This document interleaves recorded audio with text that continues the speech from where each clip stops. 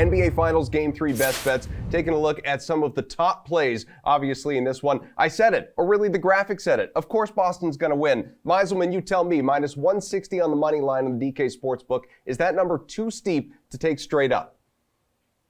Yeah, I mean, you already know what I'm going to say. No, it's not too steep. Of course it's not. Come on. It's always the Celtics. Like, I'll take the Celtics basically every game. I did change my mind at the end of last series against Miami for a couple games there where I did think the lines got out of hand. So maybe it's not entirely a given that I'm just picking the Celtics every game no matter what. But I do think the Celtics are the better team by probably a few points, and they have home court advantage. And 3.5 points just doesn't seem high enough to me. So I do think they should be favored by 5, maybe 6, 6.5, something like that. I'm not totally buying into the idea that the Celtics are just way better off a loss. They're quite good off wins too. So that narrative, I don't like that so much. I just think that the number is too low for reasons that have more to do with the quality of the two teams. Whalen, we were just showing it on the board, obviously. It all moves. It's all in flux right now. Minus 150 from the minus 160 that I mentioned before. What do you think of the Celtics tonight? Yeah, apparently the odds makers, heard Matt's breakdown there and said, we got to shift it a little more toward Golden State. It's tough. I think it makes sense. Like Matt said, you see the 3.5, and if you like Boston, it's pretty easy to imagine Boston winning by 4, 5, 6, 7 points. It feels like a lot of these games throughout the playoffs, if one team is in control, more often than not, you're going to end up getting a bigger spread at the end of the game. So if you like Boston, I have no problem chasing that 3.5 here. I mean, you're looking at minus 110 with the spread, minus 150 on the money line, like not a huge difference there. But it kind of pains me to say this. I'm a Bucks guy. You guys are Celtics guys. I feel like I've always just overrun with Celtics talk on this show, but I like Boston tonight. I really do. I don't know that I would go as far as to say they are definitively the better team. I still think Golden State, and I hate kind of using these kind of platitudes, but like the finals experience of Golden State cannot be overstated. And it's not like they've been there once. They've been there like 5 times, with this core. And I really think that is going to be a factor as the series goes along. But stealing game 1 in Golden State was huge. Getting to come home now in front of a crowd that's going to be going nuts. I thought the crowd at the Chase Center was not great in game 2, for the record. I don't think that's going to be the case in games 3 or 4 here in Boston. I think we're going to see a more comfortable Jason Tatum. We're going to see a more consistent Jaylen Brown. I think we're going to see a better effort from the Boston role players. So as much as it pains me to say this, again, I will roll with the Celtics minus 3.5 tonight. We know, Nick, we have a couple of talented defenses here. The total tonight is 212 on the DK Sportsbook. You can take a look at it right here. Minus 110 on either side. But what do you think? Over or under? I like the under here. And I really like the under in game 1. It felt like, to me, that was the right bet. Obviously, the onslaught that Boston put up in the fourth quarter erased that immediately. But game 2 went way under. And now we're getting a slightly lower total in game 3. But as these final series progress, you tend to get slower games. Possessions really, really matter. And you see the defense kind of get cranked up. And part of that is it's the NBA Finals. And, the stakes couldn't be higher. But part of it, too, is as the series goes along, you're playing a team 3, 4, 5, 6, 7 times in a row. You're going to start to understand tendencies. The blown coverages that we saw, especially on the Boston side in games 1 and 2, I think those are going to be tightened up as the series goes along. Losing Steph Curry, giving him like 5 wide open threes early in game 1. Things like that are going to be tightened up as the series goes along. And, even with the pace in game 2 being played quite a bit faster than game 1, the pace was like 97, 98 possessions per 100. That's up like 6 or 7 possessions from game 1. Even with that game comfortably went under. So I think we're going to kind of continue to see that. And until the odds makers bump that total down a little bit, I'm pretty happy to keep rolling with the under here. Meiselman, 228 points in game 1, 195 in game 2. Like I said, we're basically splitting the difference with the 212 here. Over or under? So my short answer is I don't really like either of them. I think it's a fair total. My slightly longer answer is I agree with Nick that as a series progresses, you will start to see games get lower scoring. Teams are more familiar with how the other plays offense, but the personnel for these games is it seems like it's changing a little bit. We didn't have Gary Payton in game 1. We had him in game 2. Now him and Otto Porter are questionable for game 3. I'm anticipating not seeing as much Daniel Tice, which I think will help the over. It's going to help the Celtics defense, but I think most importantly, it'll help them get into a better flow offensively and play at a better pace. So maybe the over benefits there, but the reason I don't like the totals that much in this series is because the officiating is just so unpredictable. Sure. And I think ultimately the refs have a larger impact on the total than a lot of these these schematic changes do. And I have no idea what we're going to see, right? Like we all saw what happened in game 2. The officiating was, I'll just leave it at weird. So that's why like I kind of just want to stay away from it because the refs can really dictate how the flow of this game goes. Look, man, I'll say it. The officiating was great in game 1. Didn't even notice it. In game 2, rough on both sides. And we've got Scott Foster tonight, so who knows what that's going to bring, obviously. But let's keep going with the DraftKings Sportsbook, Mize. Points prop. What do you like best for tonight? Some really interesting options, including, and it's basically at even money, minus 105, but Al Horford, 11.5 for a bounce back.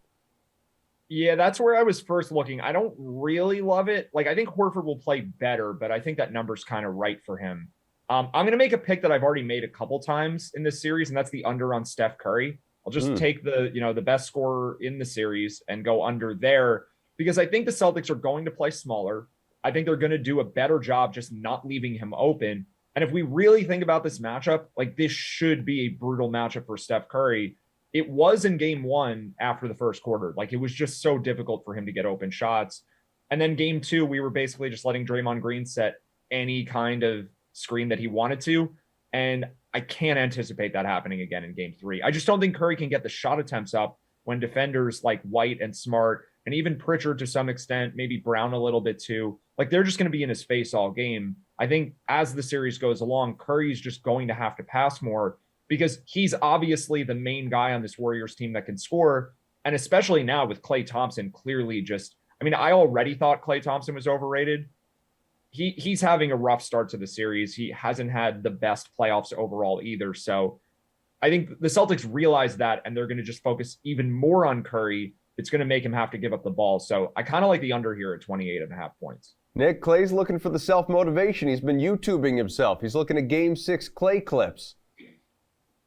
I like Klay to have a big game at some point in the series. I'm not quite confident enough that it comes tonight. I don't think he's going 1 of 8 from 3 again. I disagree with the sentiment that he's overrated. I think he's certainly benefited from playing alongside Curry and playing in this system. There's no doubt about that. But he's essentially a 3-point specialist. You don't necessarily think of him as this like Kyle Korver type because his game, at least pre-injury, was a lot more diverse than that. But players like that, when you're that 3-point reliant, you're going to go through swings. There's going to be nights where you go 1 of 8. There's going to be nights where you go 8 of 12. Like he did in that, I think it was 8 of 14 actually in that closeout game against Dallas. But I think Matt is spot on the Steph Curry prop. It was a little concerning to me that it looked like he was on pace for like 60 points in game 1 and didn't even get to 30 in that game. Had Boston not had so many just kind of mental lapses, confusion on defense, I don't think Curry has the quarter that he did to begin this series. And if you watch, matchup to matchup, it really hasn't mattered who's guarding him. Like he's really having a tough time creating space, getting by guys, whether it's Derek White, whether it's Al Horford switching out. Like, not that Steph Curry is someone that's like constantly blowing by guys for layups, but he's having a difficult time. He's having to go through a series of moves to try to create space. And I think, with the series shifting to Boston, Matt made a great point. You're not going to be able to get away with Draymond Green getting a running start from half court and just like bulldozing as many guys as he can, like Orlando Pace. So that's something to keep an eye on. I think that number is a little bit too high. And I also like Jason Tatum. This number is it's goosed a little bit to the over, 27.5 minus 125. But Tatum only played like 30 minutes in game 2 and clearly would have gone for probably 30, 35 plus over the course of a like normal game where it's not a blowout. I don't think this one's a blowout. I think he probably plays close to 40 minutes. And that's, for a player of his caliber at home, that's more than enough to go over 27.5. Well, you've lost when your head coach pulls all the starters with 10 minutes left in the game. That was some serious waving of the white flag. Both you guys, you've been perusing the DK Sportsbook all morning long. Let's finish with your favorite overall bet for Game 3. What do you think, Nick? I really do like that Tatum bet, and I also like the under on 5.5 points for Robert Williams. And part of that is I just don't think he looked very good health-wise in Game 2. I know he had, I think he had a alley-oop dunk where he, got up okay, had a couple blocks, but even before Marcus Smart kind of rolled up into his knee and ankle, he just, part of it's just how he runs, but he just didn't look comfortable. And, obviously you never wish for a player to to be injured or be less than 100%. But from a betting perspective, I'm kind of looking at that under 5.5 and thinking, I think they roll him out there. Maybe he doesn't look great early on, and we don't see him again the rest of the game. They just roll with Al Horford. They roll with Grant Williams, maybe even Daniel Tice up front. So, for a guy coming off of a 2 points in 14 minutes game, I think 5.5 is a little high for me. Meiselman, what do you think? Okay, well, what my answer is going to be here too. It's just all Celtics things, winning spread. Celtics money line, yeah, everything. I like them all roughly equally. Well, one thing to call out quickly though, Gary Payton II and Otto Porter Jr. are both questionable for this game. They were not questionable for game 2. We had them on the injury report for game 1, but they were not for game 2. So that could actually, unlike Robert Williams, who's going to be questionable the whole series, those guys actually could be out. So if one or both of them ends up not playing, I'm going to really, really like the Celtics a lot more than I already do. Like the analysis I've already given is not dependent. It's with the assumption that they're in. If they're out, this gets even better for Boston. So maybe my favorite bet is just laying 3.5 points. I don't mind going into some of the alternate lines. Like we get a lot of weird blowouts in the playoffs, like where we're not expecting them. And I don't expect a blowout, but Celtics -7 is +165 and Celtics -9 is +215. Like I don't dislike any of that. I think the Celtics should be able to win somewhat comfortably in this game, whether it's by 6 points, 10 points, 15 points, I don't know, but I definitely like the C's for this game.